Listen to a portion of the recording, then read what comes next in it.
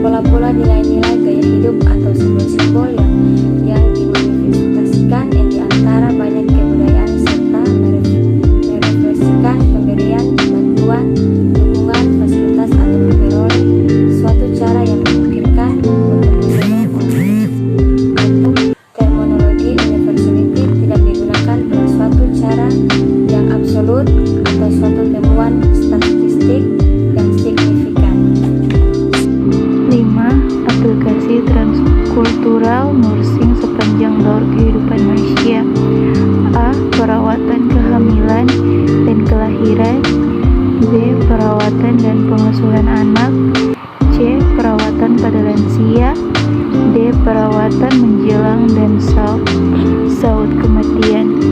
6. Aplikasi transkultural pada beberapa masalah kesehatan. A. Aplikasi transkultural pada masalah penyakit kronik.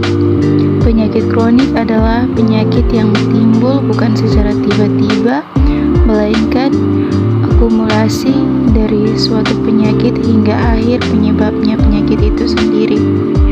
B. Medical Portal. Penyakit kronik ditandai banyak penyebab. Contoh penyakit kronik adalah diabetes, penyakit jantung, asma, hipertensi, dan masih banyak lainnya. Adalah hubungan antara penyakit kronis dengan depresi.